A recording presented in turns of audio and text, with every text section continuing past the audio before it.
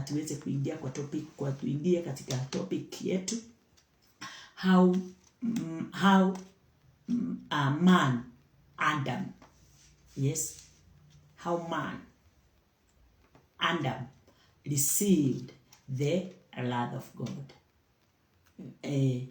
Vile mwanadamu Adam alipokea wrath of God, alifikiwaje na ile makasiriko alifikiwa namna gani? Mambo hayo yote tunafaa tunayaangalia sana, ndio tuweze kuelewa mapenzi ya Mungu na tuweze kuelewa kutoka from the beginning, tuweze kuelewa the thoughts of God, mind of God. Na tukielewa mambo kama hayo, ama the heart of God, tutaweza kujua upendo wa Mungu ni kutoka mwanzo. Upendo wa Mungu ulikuwako from the beginning up to today. Upendo wa Mungu unakuwaga constant kwa mwanadamu. Upendo wa Mungu unakuwaga constant kwa mwanadamu. Kwa hivyo hakuna wakati Mungu atabadilika, kama vile asemavyo ati yeye hatabadilika na hana hata fikira hata moja la kubadilika. So tutaishi katika yeye akiwa na upendo na amani na uzima na furaha.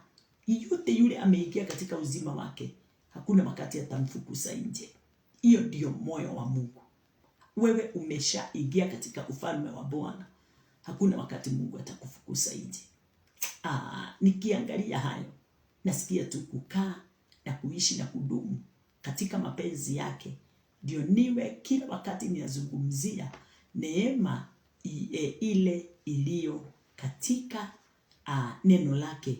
Yeye mwenyewe aliweza kuyanena kupitia wale walioandika Biblia. Aliwapumukia, akampumua kwao, nao wakaweza kuandika kile alichokinena katika mioyo yao. Wacheni tuombe.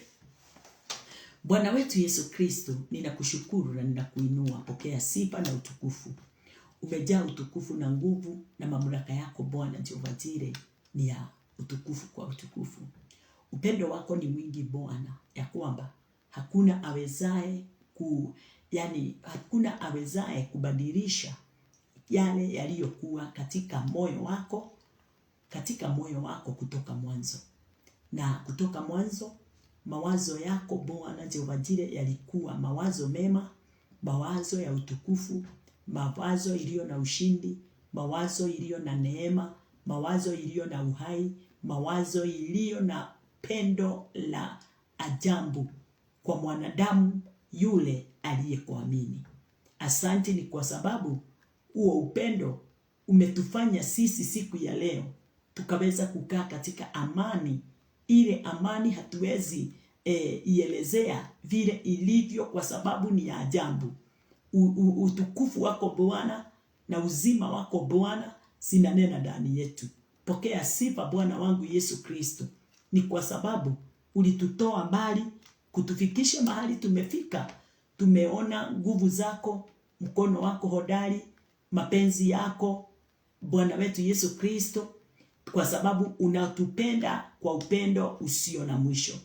Asante Mungu wangu na Baba yangu, wewe usio na mwisho, wewe umejaa uweza, nguvu. Wewe Bwana Jehova Jireh, uwezo wako unatenda kazi ndani yetu kupitia Roho Mtakatifu, na kupitia ufalme wako Bwana sisi tuna utawala wa ajabu na utawala mpya ndani yako mtakatifu. Asante ni kwa sababu Mungu wetu ulitufanya watoto wako Bwana. Ulitufanya watoto wako, na ukatupa kibali kikuu, na ukafanya tuweze kuridhi ndani ya Kristo Yesu. Vile Bwana Jehova Jireh haingewezekana mbeleni, lakini kwa wakati huu na muda huu wa sasa, Mungu wetu na Baba wetu, umefanya tuweze kuridhi ndani yako kumpitia Kristo. mapenzi yako na nguvu zako na mamlaka yako ikawa pamoja nasi, ni kwa sababu ya pendo lako kuu lile hatungeweza kulinena juu yake. Pokea sifa Baba yangu, ufalme wote ni wako, ushindi wote ni wako, neema yote ni yako. Asante ni kwa sababu Roho Mtakatifu yule umetupa anaendelea na kutenda kazi kulingana na vile upendavyo wewe, kwa utukufu wa jambo mtakatifu. Oh my glory, my Father, be thou Lord Jehovah God. Technicity did I consider, divinity quality did I consider, falagity did Romas trafficunity did I consider palinity. Oh dear greater, fragracity did I Father Jehovah glory, eritality did I Father Jehovah glory, clinatoria diagramashike, erronity did I Father. Umetupa nguvu na uwezo wote, mamlaka yote imo ndani yetu, na ufunuo wako wote Bwana uko ndani yetu Mfalme. Pokea sifa Bwana wangu na Mungu wangu kwa utukufu wako na utumishi wako wa ajabu, na ni katika jina lako Yesu Kristo tumeomba na tumeamini. Amen, amen, amen. Kuangalia neno la Bwana, na tukiangalia neno la Bwana tutaweza kuzungumzia juu ya how man Adam received the love of God. Nini tunakuwa kinakuwa tofauti ndio tuweze kupokea hiyo laana, ama tuweze kupokea hiyo makasiriko kulingana na neno la Bwana. Tutaendelea na kuona, na tukiangalia katika kitabu ya Roman. Wacha kwanza tufungue pamoja nawe katika kitabu ya Roman 8. Katika kitabu ya Roman 8.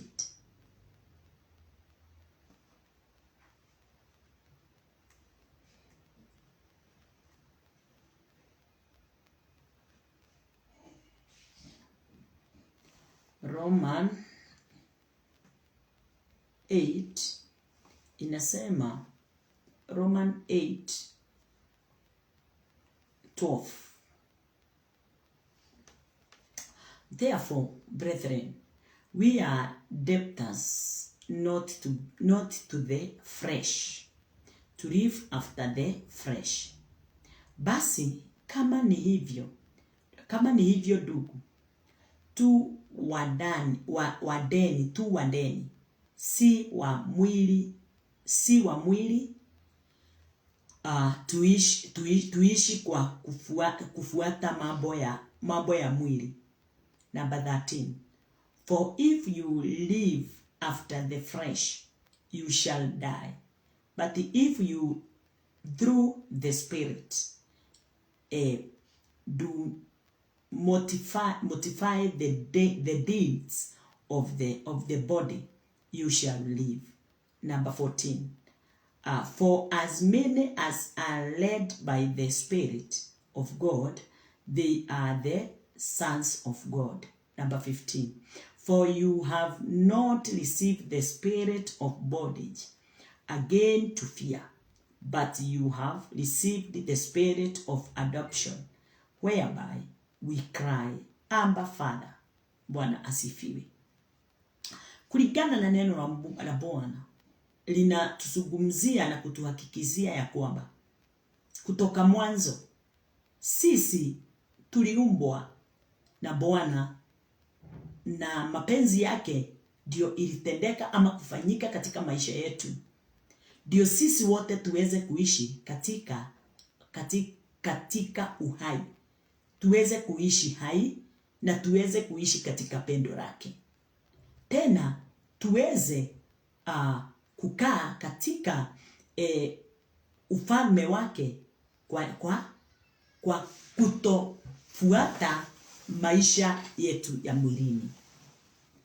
Kwa hivyo wakati ule nilikuwa ninaposoma hiyo chapter na zingine nyingi, nikilinganisha na maisha ya Adam wakati alipowekwa katika shamba la Edeni, na akapewa utawala wote katika ile shamba la Edeni aweze kutawala. Ninaona ya kwamba Mungu, mapenzi ya Mungu ama upendo wa Mungu ama moyo wa Mungu, heart of God, ilikuwa ya kwamba mwanadamu aweze kuishi, mwanadamu aweze kuishi hai, mwanadamu asiwe na tofauti na vile Mungu alivyo, mwanadamu aweze kukaa katika neema, katika upendo, katika nguvu, katika utumishi wake Bwana. Mungu alikuwa anatuwaza mawazo mema kutoka mwanzo. Lakini mwanadamu ni nani? Mwanadamu ni wa kujituma. Mwanadamu ni wa kujitawala. Mwanadamu ni wa kutimiza yale yote anayotaka kuyatimiza. Anaondoka katika njia za Mungu, anatimiza mapenzi yake.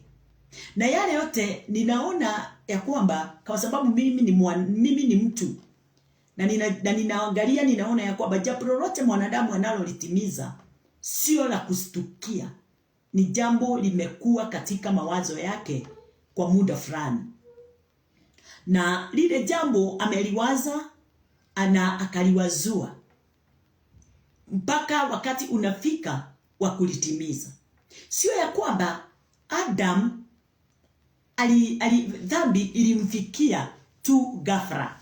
Hapana. Moyo wake Adam ulikuwa umetoka kwa muda katika moyo wa Mungu. Moyo wake ulikuwa umetoka, umeondokea moyo wa Mungu. Ndio mawazo yake na mawazo ya yule muofu ziweze kuandamana. Yes. Na kulingana na vile mimi najua neno, wakati huyu mtu anaitwa Moses alikuwa anapoliandika, aliandika kupitia types and shadows.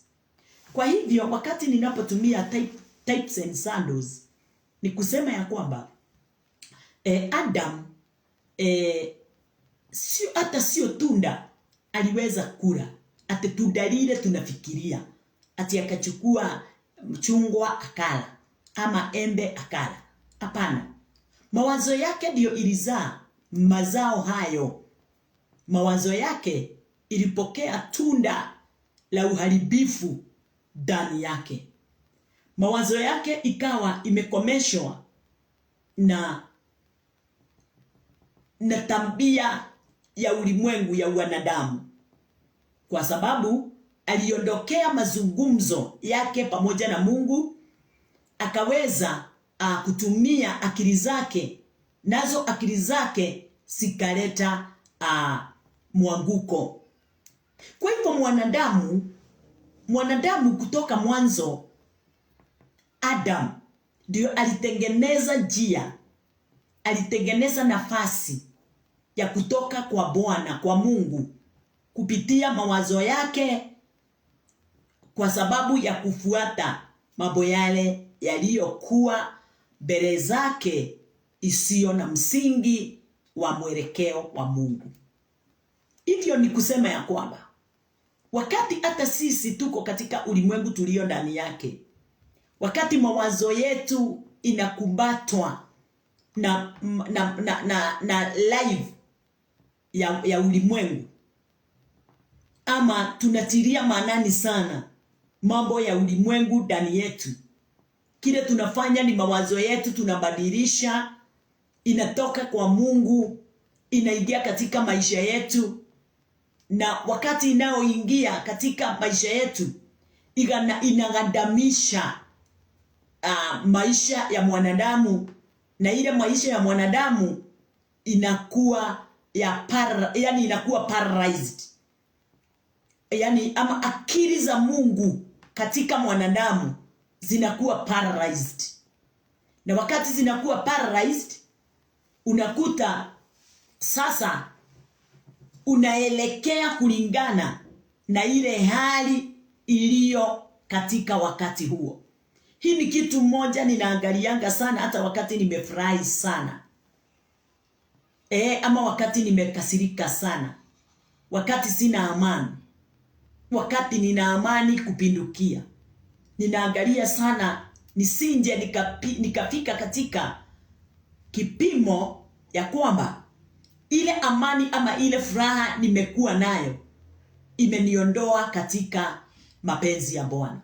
Sababu ni watu wengi sana wanaondolewa na furaha, wanaondolewa na mambo mazuri yale wanayoyaona, wanakaa chini yake, wanakaa tu wakiyatazama. Wakati tunayoyatazama inatuambia ya kwamba inaleta danger, inatupigia sign ya danger ya kwamba hata kama uko na amani nyingi ama furaha nyingi, angalia, inaweza sababisha atakuwa katika hali ya upotofu ama kuwa nje ya mapenzi ya Bwana. Sio ati ni shida Adam alikuwa nayo ndani ya shamba la Edeni. Sio magonjwa ati akajaribu hii kama ile tunda litakuwa dawa ya miti ya kuponya maisha yake. Hapana. Ni alikutana na mambo mapya. Akakutana na kitu alikuwa Eve alitaka kukitambua vyema, mpaka kikamuingiza katika hali ya upotofu na kufanya maisha ya mwanadamu yeyote katika ulimwengu uingie katika hali ya kutokuwa na amani. Sawa, nikiangalia hayo yote ninaona ya kwamba tumesoma pamoja. Sasa tunaendelea na kulichimbua neno ndio tuweze kuona Adam alifika namna gani kupokea ile laana, alifika namna gani kupokea kile kifo, alifika namna gani kuondoka katika nafasi ya Mungu. What is God give man? Mungu alimpa mwanadamu nini? Hiyo ni swali tunafaa kujiuliza. What God give man? Mungu alimpa mwanadamu nini? Mungu alimpa mwanadamu eternal life. God gave man eternal life. Kwa hivyo from the beginning, Mungu mawazo yake na furaha yake na mapenzi yake kabisa ilikuwa mwanadamu aweze kuishi hai, aweze kuishi katika ulimwengu wote, katika ulimwengu na biguni na hata ulimwenguni, aweze kuishi. Na kuishi kule si kwa muda, ni katika umilele. Alikuwa amemchagulia mwanadamu kuishi katika umilele. Katika kitabu ya Titus 1, katika kitabu ya Tito inapakana na Timothy. Titus 1 inasema, acha nifungue Titus 1:2 inasema, at in hope of eternal life which God that cannot lie promised before the world began. Kiswahili, ati katika tumaini la uzima wa milele ambao Mungu asiyeweza kusema uongo aliwaahidi tangu milele. Mungu wetu Baba alituahidi umilele wake, alituahidi uzima wake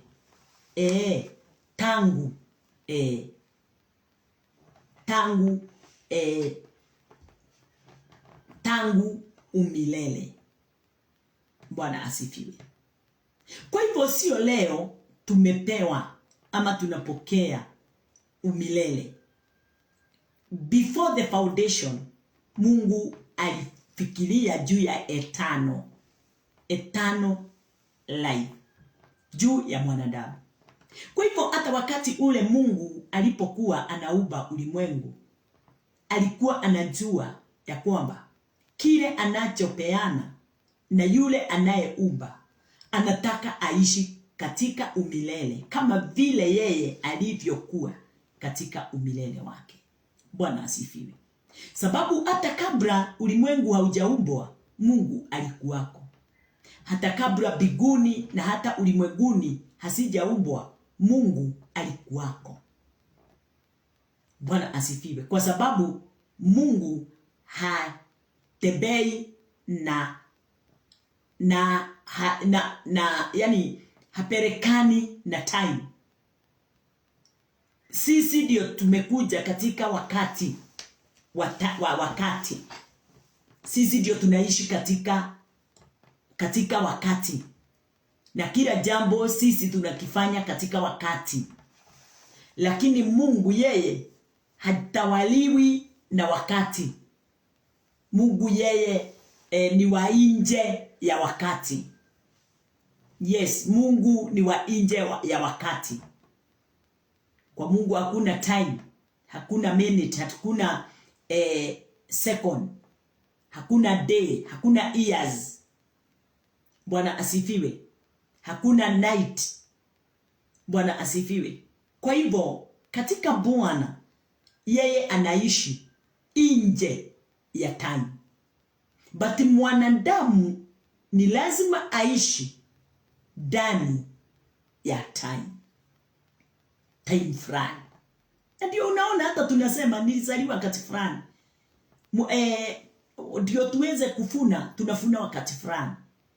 Ndio tuko na hiyo nafasi kubwa sana ya kusema mambo kama hayo. Na ninashukuru Bwana sana asubuhi ya leo wakati tunaponena haya, kwa sababu tunaona ya kwamba Mungu hakumpa mwanadamu death. Mungu hakutupa kifo. Yes. Hallelujah. So God gave Adam eternal life, not death or judgment. Hakumpa Adam kifo wala judgment. Mungu alimpa Adam life eternal. Hallelujah. Kwa hivyo kulingana na vile tunavyosoma neno, tunaona ya kwamba katika Genesis Mungu hakupromise mwanadamu death. Bwana asifiwe. No promise of death Mungu aliyoipeana. Mungu alipeana promise of eternal life. Kwa hivyo mwanadamu, pendo la Bwana kutoka mwanzo ilikuwa eternal life. His promise ni eternal life. Hallelujah. Kupitia kupokea wokovu, salvation. Kwa hivyo pasipo na salvation ndio tuweze kuingia katika eternal. Kila mwanadamu, kila mtu amechaguliwa, ameitwa na Mungu. Ameitiwa nini? Eternal life. Hakuna mtu ameitiwa death. Hakuna mtu ameitiwa judgment. Sisi wote tumeitiwa eternal life. Sisi wote Mungu alitupa eternal life. Ni wewe uamini kulingana na kulisoma neno, kwa sababu neno linazungumzia kuhusu eternal life. Na hiyo eternal life anazungumza juu yake imefichwa wapi? Imefichwa ndani ya Kristo Yesu. So ninaweza sema nini leo? Leo ninaweza sema Christ is the eternal life. Christ is eternal life. Bwana asifiwe. Kwa hivyo wote wale wataingia ndani yake wataipokea ile eternal. Katika kitabu ya Titus 1:3 inasema, but had in due times manifested his word through preaching, which is committed unto me according to the commandment of God our Savior. Hallelujah. Bwana asifiwe. Tumesoma Titus 1, Titus 2, tukiwa tumeifuatanisha. Akasema ya kwamba katika Kiswahili alifunua neno lake kwa majira yake katika ule ujumbe. Bwana asifiwe. niliyowekewa amana mimi kwa amri ya wokovu amri ya Mwokozi wetu Mungu. Bwana asifiwe. Kwa hivyo ndani yake Kristo kuna neema. The promise of Adam is preaching life. Yes. Na ndio tumesoma hiyo mstari huyo wa pili, wa tatu sorry. Akasema ya kwamba but had in due times manifested his word through preaching. Hallelujah. Kuna kitu nilikuwa ninaangalia, ninaona ya kwamba wakati ule Mungu alimuumba mwanadamu na alichukua vumbi akamuumba mwanadamu, baadaye alipumua ndani ya mwanadamu. Ile kupumua, watu wengi ama hatukuwa tunajua ni nini. Ile kupumua tunafikiria ni kupumua hivyo kuweka uhai. Hapana, kuweka huku uhai ni kumpulichia, alimuhubiria. Mungu alimuhubiria Adam. From the beginning, wakati tu alimuumba, alimuhubiria. Akaweka pumzi hai katika, kama vile tunapokea pumzi hai kupitia kuhubiriwa. Kuna watu wanapumuka mbele yetu kupitia neno. Na wakati wanapopumuka katika kutokana na katika kinywa chao, wanatunenea neno, tunapokea promise. That is the promise of God. Preaching. Kwa hivyo wakati ule Mungu alimuumba Adam, mara moja alipumua katika maisha yake ya mwilini. Na wakati alipopumua, Adam akawa kiumbe hai.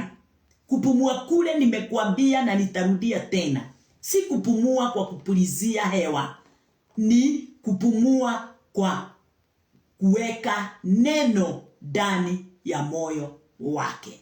Bwana asifiwe. Sisi ni nini kinatufufua kutoka kwa wafu? Nini kinatupa amani? Sio kupuliziwa hewa. Hiyo kupumukiwa ama kupuliziwa hewa inafaa iweze kufafanuliwa vyema vizuri. Ate kupewa pumzi ni kupumukiwa kupitia preaching. Mungu akaweza kumhubiri ate katika tumaini la uzima wa milele ambao Mungu asiyeweza kusema uongo aliuahidi tangu milele. Bwana asifiwe. Hakusema uongo. Alimhubiria, na wakati alipomhubiria, lile neno alilomhubiria likawa neno la kweli, kama vile neno linatuambia ya kwamba ate waoshe kupitia neno, neno lako ndio kweli. Wasafishe kwa neno, neno lako ndio kweli. Kusafishwa, tunaweza safishwa namna gani? Na neno. Hivyo ndivyo tu unafaa kufikiria. Tunaweza puliziwa aje neno ama nini?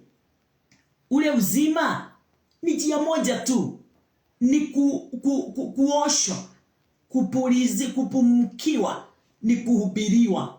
Wakati tunapohubiriwa, ndio mioyo yetu inapokea usafi, ndio tunabadilika, ndio tunaokolewa, ndio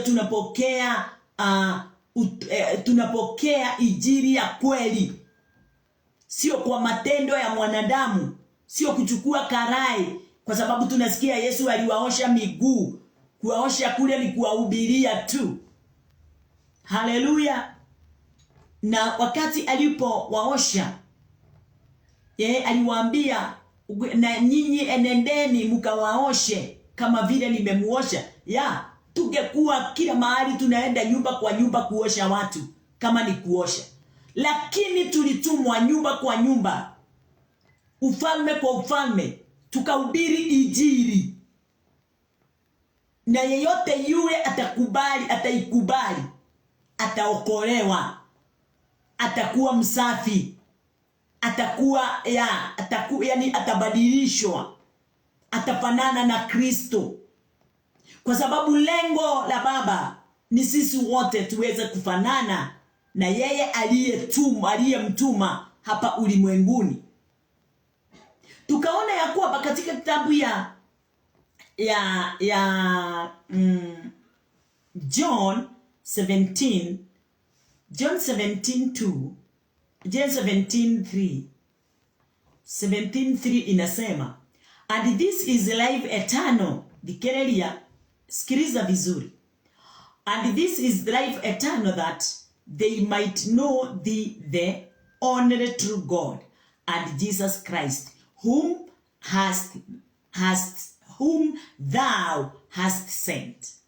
Kwa hivyo yule aliyetumwa ndiye alikuwa amebeba uzima wa milele. Uzima wa milele tumeupokea kumpitia nani? Yeye aliyetumwa katika ulimwengu. Yeye ndiye uzima wetu. Yeye ndiye mahali petu pa kujificha. Yeye ndiye nafasi yetu ya kupumzika. Uzima umefichwa ndani yake. Mapenzi ya Mungu imefichwa ndani ya Kristo. Hatuwezi jua wala kutambua mapenzi ya Mungu kama Kristo hayupo pamoja nasi. Kuna kitu moja nilikuja kutambua. Adam alimkataa Kristo from the beginning. From the word go, alimkataa Kristo. Yule alikataa yeye, yule aliyekuwa njia, uzima na utukufu. Yule aliyekuwa mshindi wa kumfanya aweze kuishi katika kutambua neema ya Mungu. Huyo ndiye alikuwa anayefanya angeweza kufanya aweze kuishi, lakini alimkataa. Kwa nini? Katika Genesis, katika kitabu ya Genesis, kabla tuingie Genesis,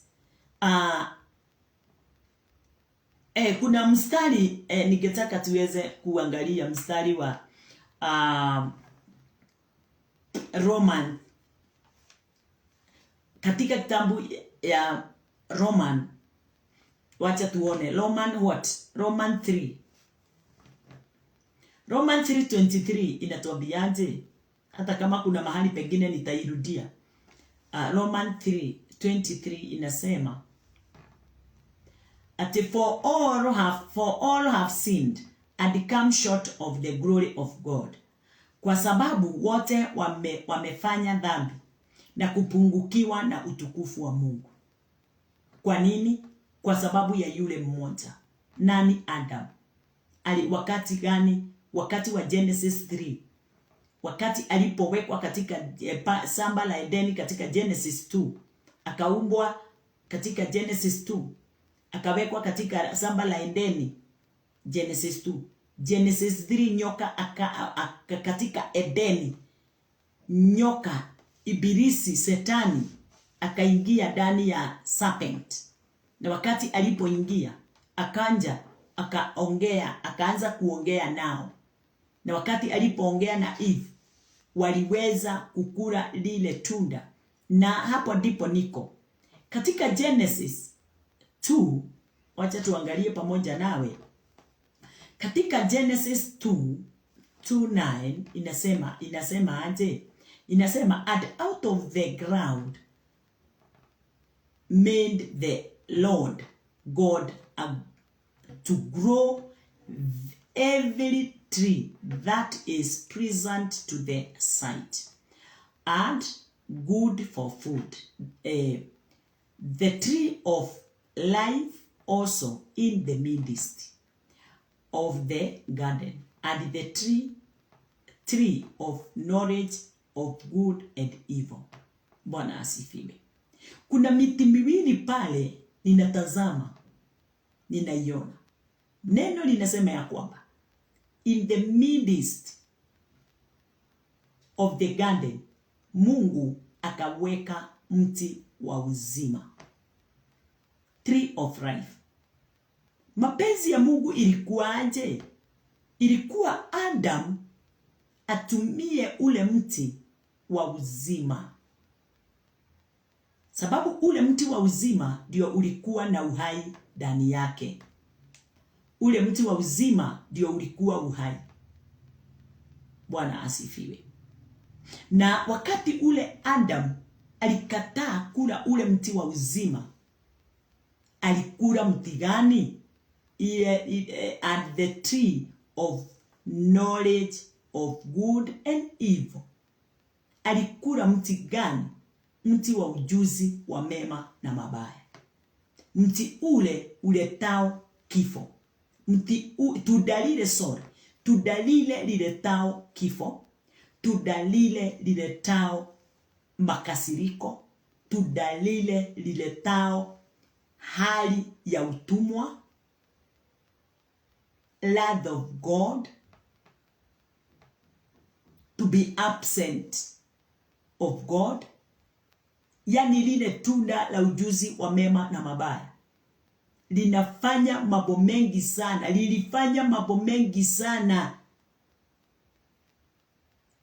katika maisha ya mwanadamu wakati ule Adam and Eve walipokula lile tunda la ujuzi wa mema na mabaya, ya judgment.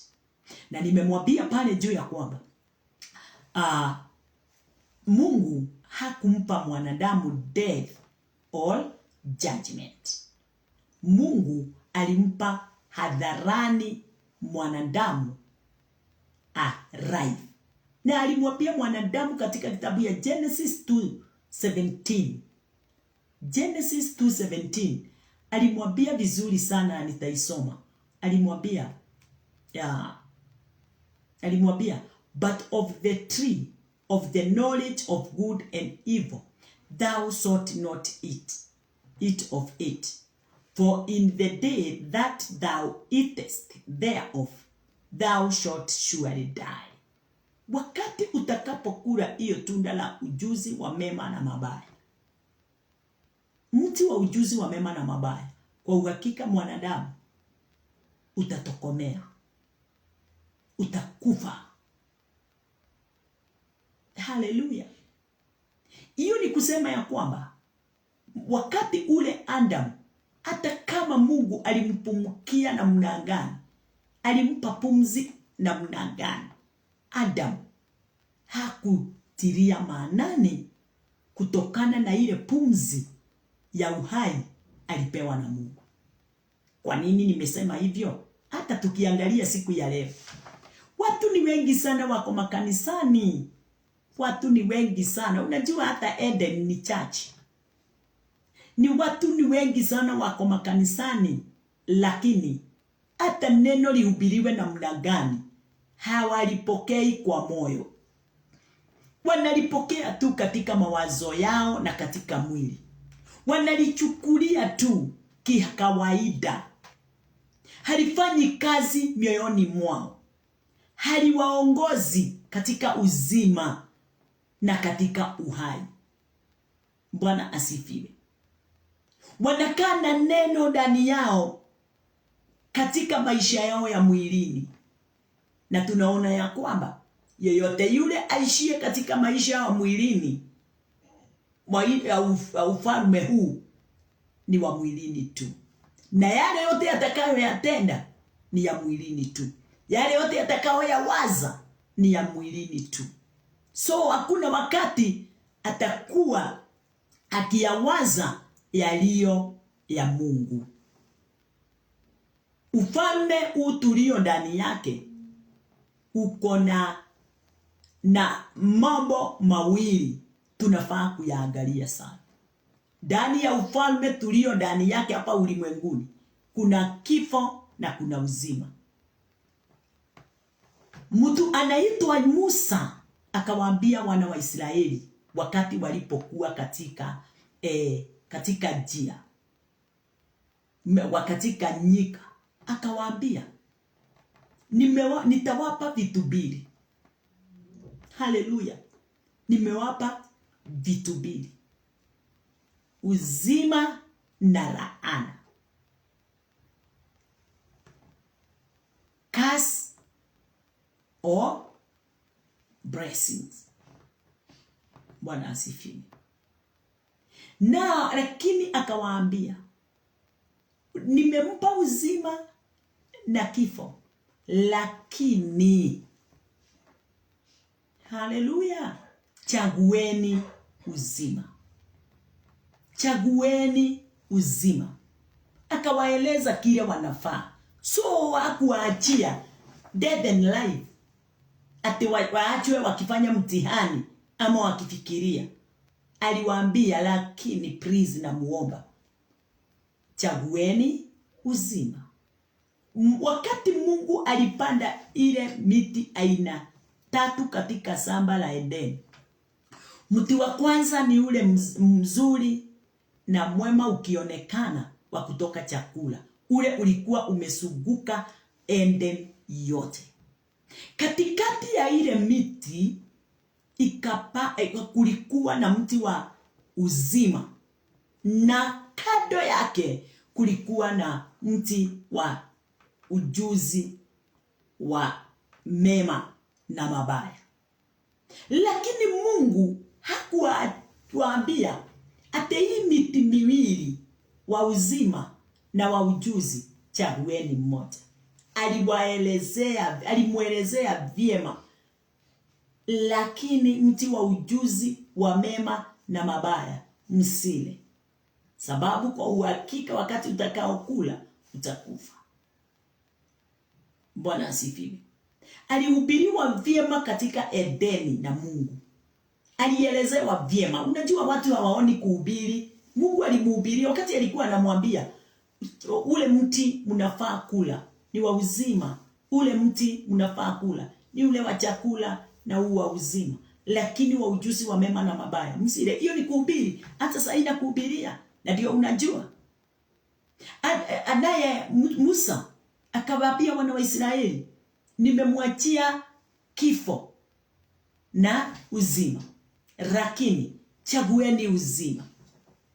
Choose life. Haleluya. Ukiwa umeambiwa na mtu hivyo, ate hii njia itakupeleka, unataka kwenda wapi? Na nataka kwenda Mombasa. Hii njia itakupeleka Murang'a, na hii njia itakupeleka Mombasa. Na unataka kwenda Mombasa, tumia hii njia. Na wewe utumie mawazo yako kulingana na vile unajiona. Useme, nitapitia hii ya Murang'a. Utaenda tu Murang'a, hautafika Mombasa. Wale walikula lile tunda la ujuzi wa mema na mabaya, wakifikiria litawafikisha katika nafasi ile waliwaza na mawazo yao. Lakini Mungu alikuwa anajua wakitumia tunda la uzima, uzima utakuwa ndani yao. Umilele, eternal life, umilele utakuwa ndani yao. Na hakuna wakati kifo, maradhi, hali yoyote ile itawainukia. Lakini tuangalie tuone, kutoka wakati ule alikosa kusikia na kufuata mashauri ya Mungu, kila kitu alikuwa amepewa dominion juu yake kikamgeuka. Maradhi ikaanza kumpinga, hali zikaanza kumuinukia,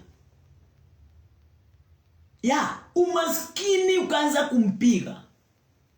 Bwana asifiwe. Akainama moyo, hali za chuki zikaingia. Bwana asifiwe. Njia yake yote ya wema ikafungika. Bwana asifiwe. Na wakaanza kulalamika hapo hapo, na akaanza kujificha, sababu kile amekitumia ni kile alichokuwa ameambiwa, usikatumie hiki, kina madhara. Na akaambiwa vizuri kabisa, madhara yake italeta kifo katika maisha yako. Wakati wote tunafanya mambo nje ya mapenzi ya Bwana, sio ya kwamba hatujuelewi, haya yatatupa uzima na haya yataleta kifo. Haya yataleta magonjwa na haya yanaweza leta furaha. Haya yatatujenga na haya yatatubomoa. Twajua ni kujifanya. Lakini hata kama tunajifanya, tunaendelea tu na kufuata yaliyo na uchungu katika maisha yetu.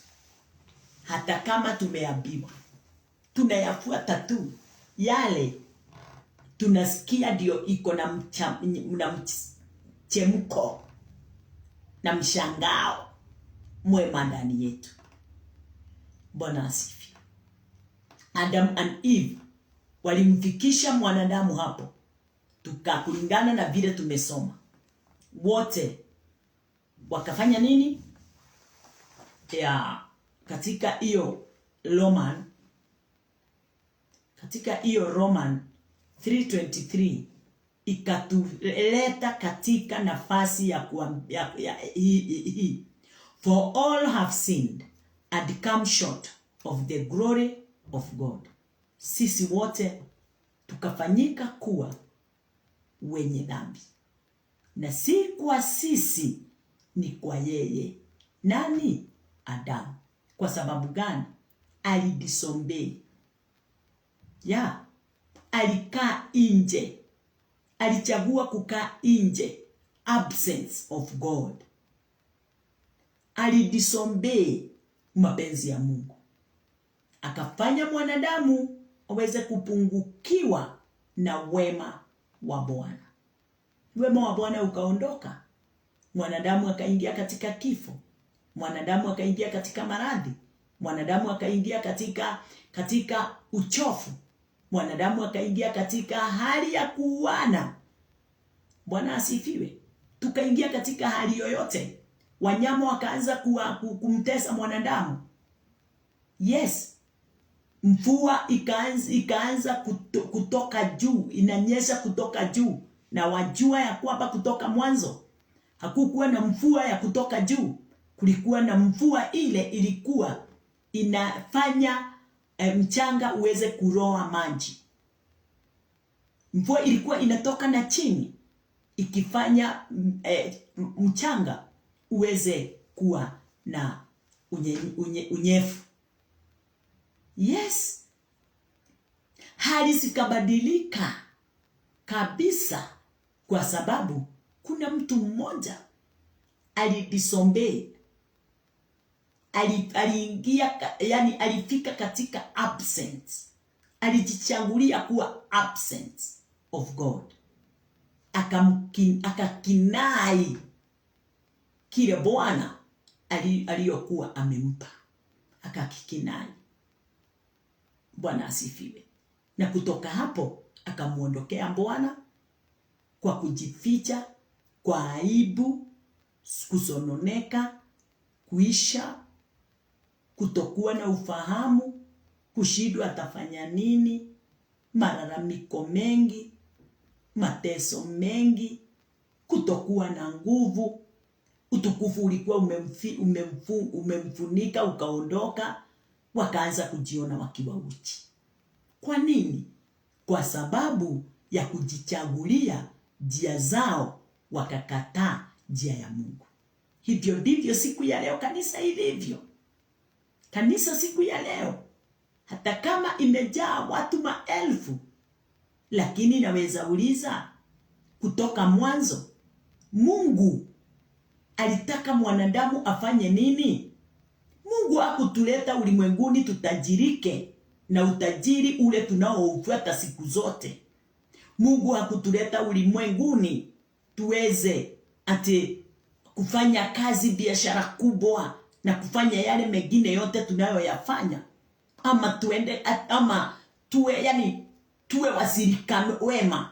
Hakutuleta ulimwenguni tukule meza ya Bwana na tufurahie mambo yale tunaona kama ndio Mungu yanaomvuta. Hapana, kitu chochote unachoona kama kinavuta Mungu kwako, ujue kinakudanganya. Kile tu kinaweza mvuta Mungu kwako ni wakati unaposikiliza neno nalo lile neno unaliamini. Na ukiliamini na moyo wako na wewe utalikiri, hiyo ndio kuvutwa na Mungu. Wakati umeinuka sasa ukiri lile neno. Kukiri ni kuhubiri. Ulihubiri lile neno. Usungumzie mtu mwingine. Umtembelee mwenzako na kumnenea. Hiyo ndio kuvutwa na Mungu. Mungu amekuvuta na wewe umevutiwa na yeye. Hakuna mtu awezaye kujulikana yeye ni mfanyikazi pamoja na Mungu kama hahubiri. Na ni kuhubiri nini? Sio kuhubiri kile tunataka kuhubiri, kwa sababu mahubiri ni mengi katika ulimwengu.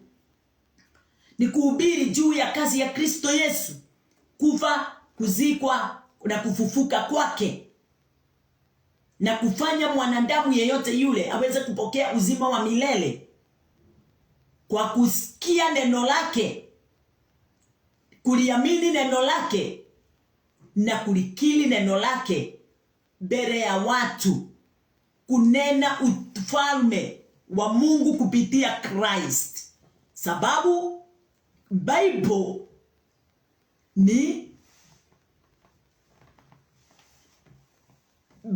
imefungwa na Christ. Kutoka Mwanzo mpaka Revelation ni Christ tupu anahitajika aweze kuhubiriwa. Na wakati utakaposoma neno ukoze kutambua Kristo mahali unaposoma, ujue haujalisoma na hujakuwa na ufunuo. Ufunuo ni nini? Ni kutambua Kristo katika kulisoma neno, uwe na ufunuo wote kupitia mwanakondoo wa Mungu Kristo Yesu, kupitia kufa kwake, kuzikwa na hata kufufuka siku ya tatu. Bwana asifiwe. Haleluya. Nikiendelea ninaona ya kwamba Kristo alitufanya sisi wote kukaa katika neema kwa sababu ya kuamini yale aliyoyatenda. Na mahali pale Adam kufanyika kuwa mwenye dhambi ni kwa sababu ya kuwa unbelief. Alikataa kuamini. Yeye alikataa kuliamini neno la Bwana. Kwa hivyo Adam's sin is unbelief. Bwana asifiwe. Hakuamini. Bwana asifiwe. He didn't believe what God told him. Uliangalia mwilite ni alegire gwitikia. Vile Mungu alimwambia alikataa kuamini. Na wewe jiulize, neno la Bwana wakati linaposomwa, ukilisikiliza, unaliamini ama hauliamini? Wacha nikwambie, tunaamini neno la Bwana, lakini kuna mambo inakuja inatubeba, inatutoa katika kule kuamini. Tunajikuta tumejiamini na tunafikiria ati kwa sababu neno la Bwana lilihubiriwa mioyoni mwetu ati sasa tunaweza fanya chochote kile tunataka. Hapana. Neno la Bwana yani kuna mahali haliwezi pita. Neno la Bwana likiingia ndani yetu kuna mahali haliwezi pita. Neno la Bwana haliwezi kupita kiasi ya kwamba hata ukifanya jambo lolote lile unataka kufanya, we unasema tu uko na Kristo. Unasema tu Mungu yu pamoja nawe. Yes, ako pamoja nawe. Lakini umeligeukia neno, ama neno lina uwezo wa kukuongoza na kukutoa mahali pale unaenda kujifunga ndani yake. Haleluya, Bwana asifiwe. Yes. Kwa sababu Mungu kile alimwambia Adam, nimekupa life. Live now. ndakuhe muoyo tora. Ndakuhe muoyo Adamu tora muoyo. Lakini Adam akajichagulia mwenyewe death. Akaonyesha ya kwamba sitaki kuishi, nataka kufa. Wakati tunapoondokea neno la Bwana ni kusema ya kwamba we want to die. Tunataka na tunatamani kufa. Tunapenda kufa. Wakati tunapotoka katika neno la Bwana, wakati tunapotoka katika imani la neno la Bwana, ni kusema ya kwamba tumejichagulia kifo. Adam alitangulisha kifo katika ulimwengu kwa sababu ya kufanya nini? Ya kutoamini yale Bwana aliyomuongoza nayo. Yale Bwana aliyomwambia, alikataa kuliamini. Alikataa kulifuata. Akafuata mawazo yake, nayo mawazo yake ikamuingiza katika kifo. Sababu Mungu wetu huyu mnaona tunanena juu yake, hakumpa Adam two option. Hakumpa Adam mambo mawili mara moja. Hapana. God gave Adam one option. Yes, alimwambia miti yote ya hii shamba mnaweza kula, lakini mti wa ujuzi wa mema na mabaya usile. So alipewa mti gani? Wa uhai. Mti wa uzima alipewa. Na mapenzi ya Mungu ilikuwa nini? Adam akule mti wa uzima ndio aishi. Nini Mungu anataka siku ya leo? Na sisi tukae katika neno na tuliamini neno lile linalozungumzia kuhusu kazi ya Kristo, ndio tuishi. Ni akina nani wataishi? Wataishi wale wote watakao amini yale Kristo aliyoyafanya. Kristo alifanya nini? Alitufia. Alitukufia ndio mwanadamu aweze kuishi. Akatutoa katika kifo. Akatutoa katika laana. Watu wa siku ya leo, kwa nini saa yote wanatakanga tu kuondolewa laana? Sababu hawajaamini kazi ya Kristo. Wakati mtu atakapoingia ndani ya Kristo, katika maisha yake hakuna laana tena. No curse. Bwana asifiwe. No wrath of God. Whenever you enter in Christ, hakuna makasiriko ya Mungu juu yako. Hakuna. Bwana asifiwe. So tunaona kama Mungu amekasirika kwa sababu amekasirikia ati kama vile sasa unakuta Mungu amekasirikia ulimwengu, ndio nchi yetu ya Kenya ndio unaona maafa mengi, ndio unaona maji na bebo. Hapana, tengenezeni drainage. Muone kama kuna mtu atakufa. Tengenezeni mahospitali na dawa ziwe kule. Muone kama watu wengi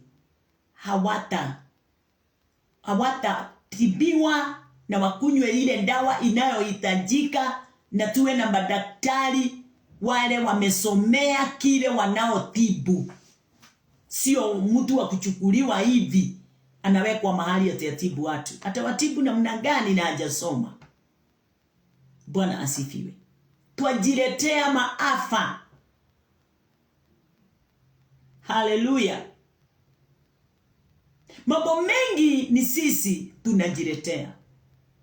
Mambo mengi ni mwanadamu anatengeneza. Mambo mengi ni mwanadamu anajitimbu.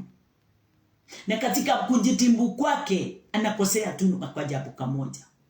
Unakuta kumekuwa watoto wamekuwa paralyzed. Watoto wamekuwa na polio. Mtu mzima amefika katika kiwango ya kukaa chini, hatembei tena. Wakati mwingine wazimu unakuja kwa sababu ya madawa ya kulevya, bangi, hapo tena tutasema ni Mungu? Hapana.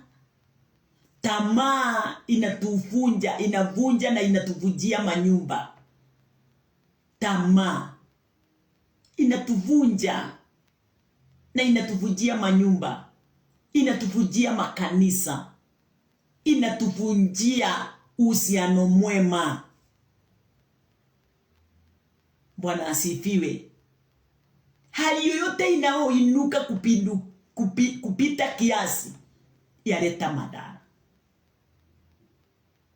Haleluya. Kwa hivyo Adam, tamaa ilifanya afanye ufalme wote wa ulimwengu uingie katika laana. Lakini Kristo Yesu kwa pendo, John 3:16 inasemaje? John 3:16 neno likasema ya kwamba ati, for God so loved the world that he gave his only begotten Son, that whosoever believeth in him should not perish but have an everlasting life. Hapo juu 15 inasema that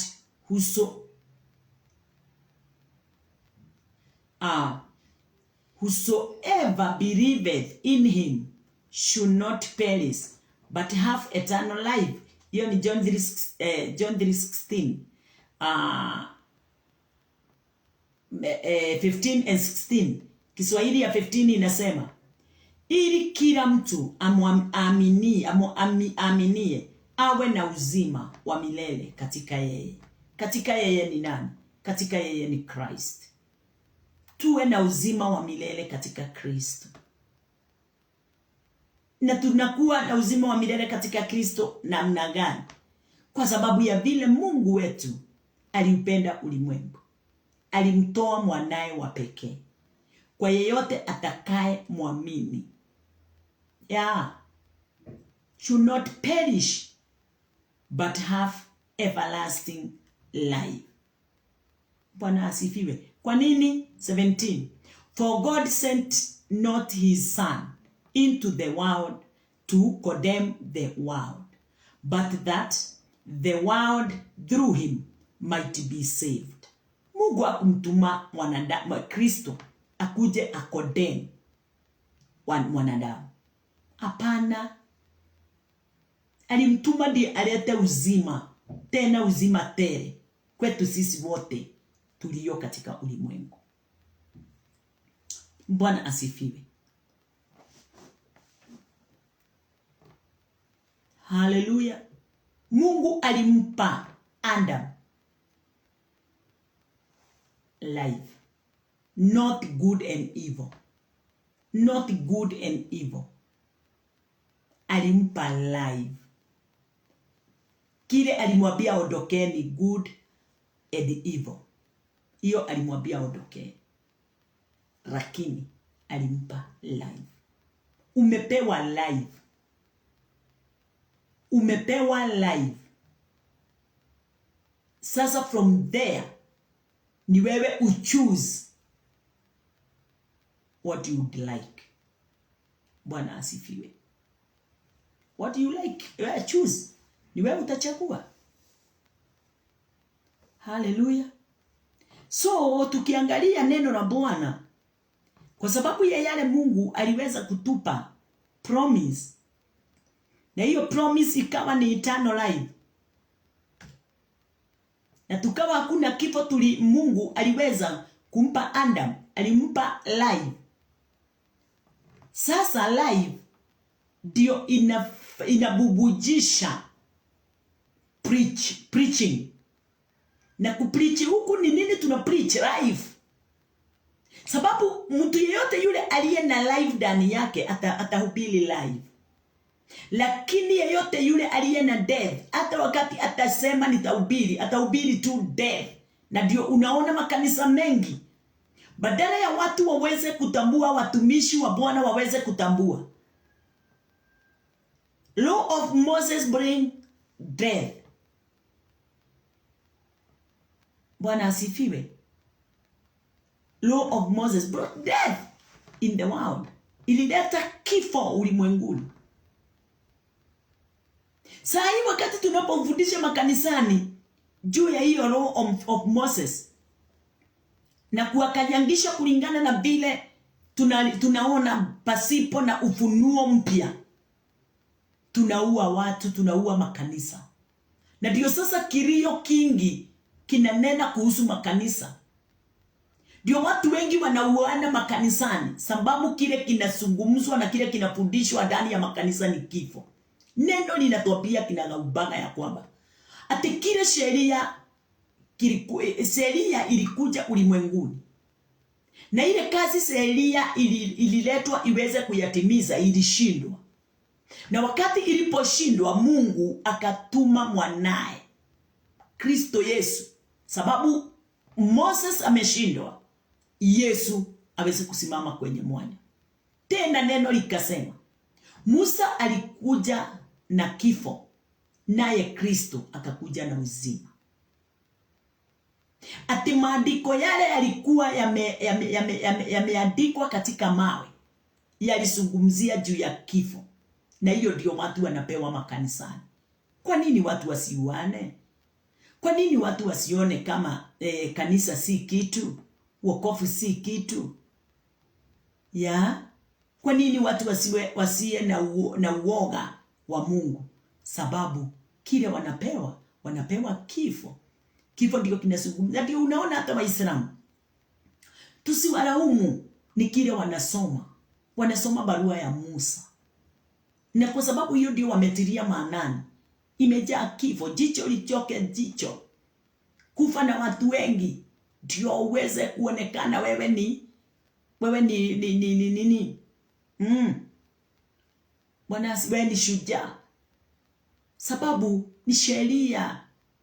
Lakini wakati Kristo alipokuja na kuhubiriwa, watu walipokea amani, watu walipokea uzima, watu walipokea neema, watu walifunguliwa katika wafu, watu waliondolewa katika laana. Sheria ya kufunga watu ikakatika. Bwana asifiwe. Yesu akasema, mimi ndiye nimekuja kuwa mwisho wa sheria. Ndiye yeyote yule atakaye amini aweze kuokolewa na apokee uzima wa milele. Bwana asifiwe. Wewe udani ya nini? Udani ya nani? Nini kinazungumza ndani yako? Nani anakutawala? Nani anakuongoza? Bwana asifiwe. Kwa hivyo wakati tunaposimama kuhubiri, we preach life. Tuna preach uzima. Yeah. Na hiyo life ni promise of God. Yeah. Hiyo life ni promise of God. Ile Mungu alimpromise alipromise Adam ya eternal life. Adam akakataa. Kwa hivyo Adam alipokea wrath of God kupitia nini? Kupitia kuto disobey, kuto obey, akadisobey. Haleluya. Mungu wangu ni mwema na ni mwaminifu na ni mkamilifu. Masaa yangu imekwisha. Kwa hivyo nasema nini? Adam rejected the tree of life. Kama vile watu siku ya leo wamekataa wokovu, wamekataa neno, wamekataa Holy Spirit. Yes, wamekataa Holy Spirit. Na kukataa Holy Spirit ni kusema ya kwamba you have no God in your heart. Ni kusema ya kwamba Christ is far away from you. Hayuko hata karibu hata nini? Yes. Adam rejected the tree of life. And the absence of the tree of life will be the tree of knowledge of good and evil. Ukikataa ukikata, ukireject tree of life, unakuwa absent of God. Nini unaingia ndani yake? The knowledge of good and evil. The tree of knowledge of good and evil. Kwa hivyo ukikataa Mungu mara moja, ni lazima uwe kwa moja yake hizo mbili, either God or devil, in Christ or in devil. Ukikataa mti wa ujuzi wa mema na mabaya, umeingia kwa Kristo. Ukikataa Kristo, uko katika mti wa ujuzi wa mema na mabaya. So chaguo ni lako. Wewe ni mtu mzima, umepewa everything. You have Bible to read. Yeah. You have masters in their churches. Viongozi ama kiongozi, your pastor, your mentor. Yes, your mediator, Christ. Enter your pastor. Yule atakaye wakati unaposoma neno atakufafanulia katika maisha ya rohoni. Usibebe tu hivyo umeisoma kimwili. Yes. Tupale ndio tuweze kufafanua. Haleluya, Bwana asifiwe. Yes.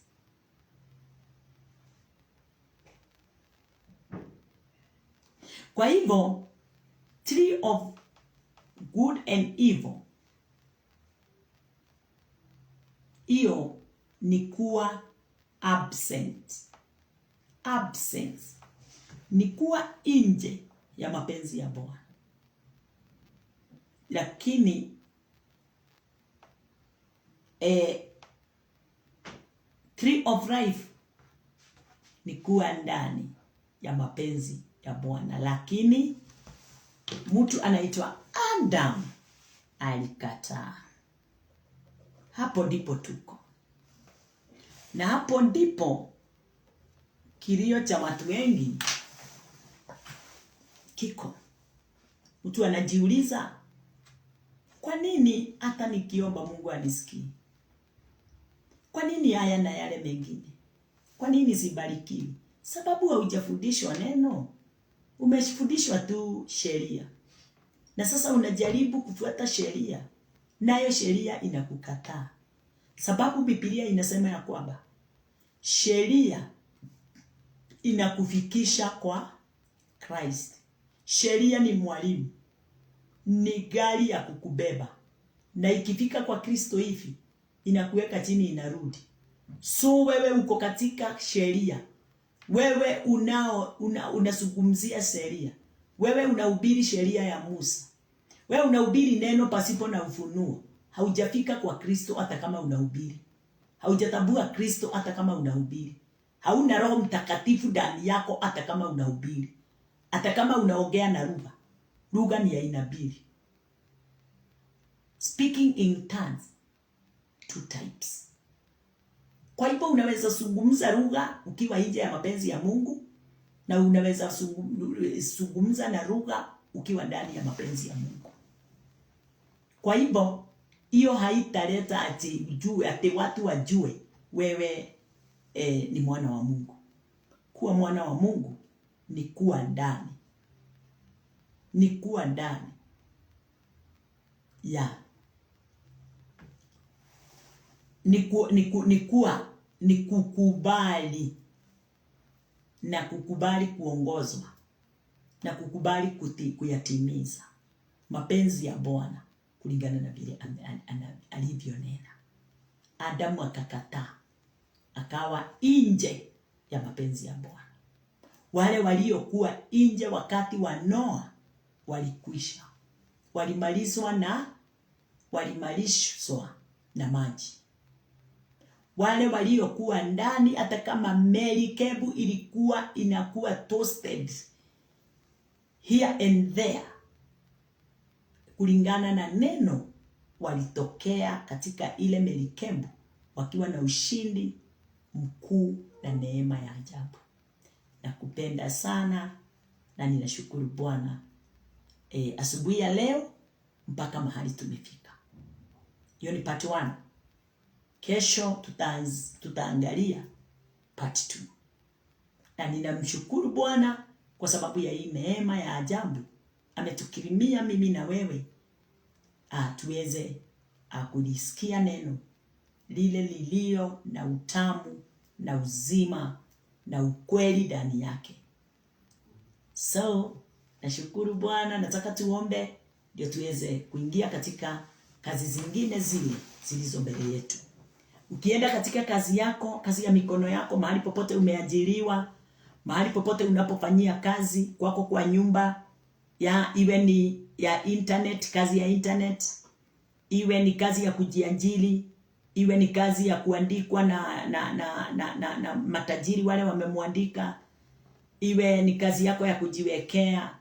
Naomba kutoka sasa kuwe na mabadiliko. Kuwe na mabadiliko makuu. Bwana asifiwe. Kuwe na uweze kuwe na mafuno. Hata kama umeajiriwa, wacha mshahara ikose kukalishwa na iongezeke kwa wema wa Bwana. Kazi ya mikono yako iweze kupunguka. Mahali ilikuwa imefungwa ifunguliwe. Kile tumefungua hapa ulimwenguni, mbinguni kimefunguliwa tayari. Kile tumefunga hapa ulimwenguni, mbinguni kimefungwa tayari. So ninafungua hiyo kazi ya mikono yako. Ninaomba amani na furaha iweze kuwa pamoja nawe. Uwe na upendo, na umoja, ushirika mzuri, wewe na wale mnao kaa pamoja, wale wamekuajiri, mdozi wako, familia. Amani makanisani siweze kuwa ndio key katika maisha yetu sisi wote. Acha tuombe. Baba wetu na Mungu wetu, tunakushukuru na tunakuinua. Wewe umejaa nguvu na mamlaka. Asante ni kwa sababu ya pendo lako na uzima wako Bwana Jehova Jire. Asante ni kwa sababu ya umoja umetia katika maisha yetu. Tunakushukuru na tunakuinua. Asante ni kwa sababu wewe mpango wako Bwana ni sisi wote tusimame na tukae katika mapenzi yako. Tuyafuate mapenzi yako. Tusikubali kuondoshwa katika mapenzi yako kamwe. Kwa hali yoyote ile Bwana Jehova Jire inaweza kuinuka ndio iweze kuondoza watu katika neno lako na katika mapenzi yako na nguvu zako. Nasema haina nguvu wala mamlaka katika jina la Yesu Kristo. Sisi tumeponywa miili yetu katika jina la Yesu Kristo. Katika kazi aliyoifanya miaka 2000 imepita. Yeye aliyetutangulia kwanza akiwa hana dhambi na hakuwa amefanya dhambi, lakini aliyochukua dhambi zetu sisi, sababu sisi hatungeweza kujifungua nayo. Yeye alijua mahali anafaa kuipeleka. Hapo ndipo mwisho wake. Asante Yesu ni kwa sababu ya hiyo kazi uliyotufanyia. Utukufu wako na wema wako na neema yako tumeiona ikitenda kazi katika maisha yetu. Ni wewe tu Bwana umeishi na utaishi na utaendelea na kuishi, na ukatuambia kwamba wakati tutakapotoka twende tukahubiri, utakuwa pamoja nasi mpaka mwisho wa dahari. Pokea sifa Bwana wetu Yesu Kristo. Watu hawa nimeomba, wale wote walio na kilio, ile kilio Bwana kwa imani kiweze kuondoka.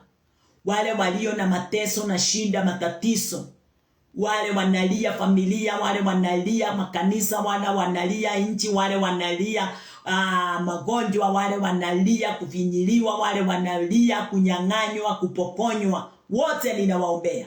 Amani yako iweze kuwa pamoja nao na ushirika wako nao uweze kuwa umeshikamana vyema kwa uweza wako mtakatifu. Wale hawajatambua neno lako katika ukweli wake, ninawaombea kulitambua na kulielewa vyema na kuwa na ufunuo wa Roho Mtakatifu kutoka kwako Kristo Yesu. Ninakushukuru Bwana na ninakuinua wewe Mungu wangu ni kwa sababu wewe ndio uweza wangu. Asante Mungu wangu Baba, hata tukienda katika fellowship wakati ule unaokuja Baba, ninakuomba wacha watu wako wale watakao kuwa pamoja nasi waweze kupokea hiyo neema kwa wingi na kwa uwezo wote katika mawazo yao na katika mioyo yao, na iweze kuwa mlango wa kufanya waweze kutambua mambo makuu. Our conference katika mwezi wa 8 tunaiombea Bwana ikaweze watu wakaweze kujitokeza, na ndio tuweze kuwa na nafasi nzuri ya kufundishana neema hii. Katika jina lako Yesu Kristo tumeomba na tumeamini.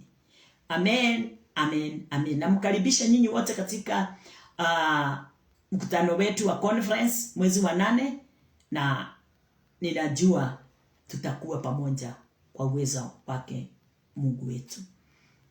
Asante sana kwa mapenzi ya Bwana. Tuko pamoja sana kesho. Bye bye.